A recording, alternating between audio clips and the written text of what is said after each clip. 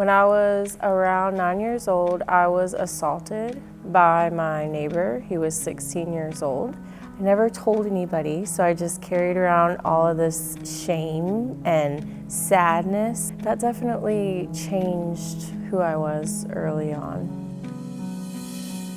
I was raised in New York for the first 10 years of my life, and then we moved here to Clayton, so I was raised right here. I didn't grow up in feeling the most loved all the time. I tell people all the time, I grew up lost and just searching for something.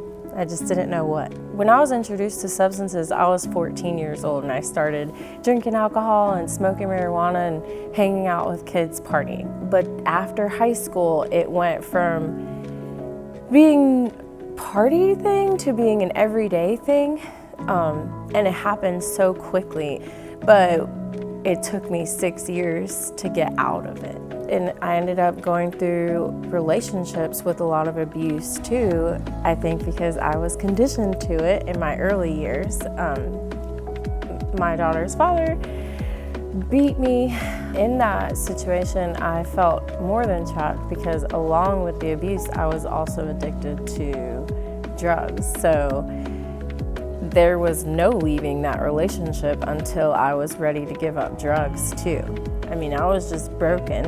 And during this relationship, my daughter was born. So I looked at her and I was like, do I really want her to grow up in the same situation that I was in?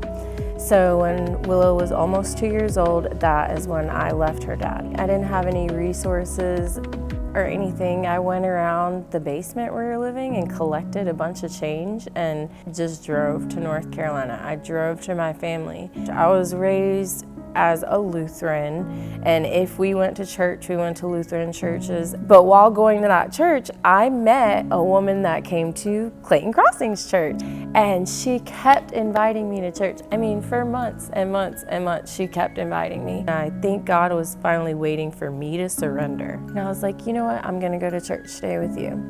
And we walked into service late, and the pastor was already giving his sermon, and he says, somebody came here today dealing with substance use or mental health issues.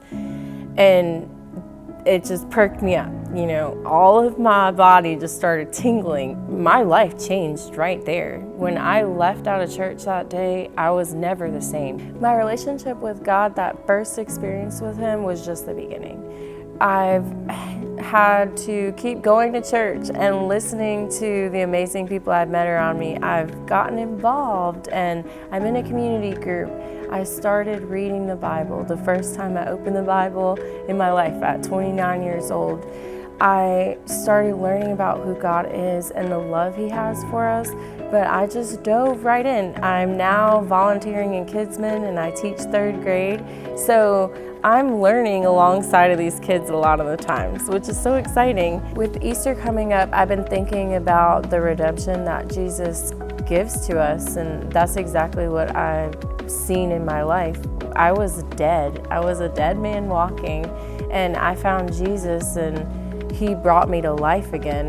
So seeing that in my life, the transformation that's happened in my life can only be done by Jesus. And I had to be broken for that to happen.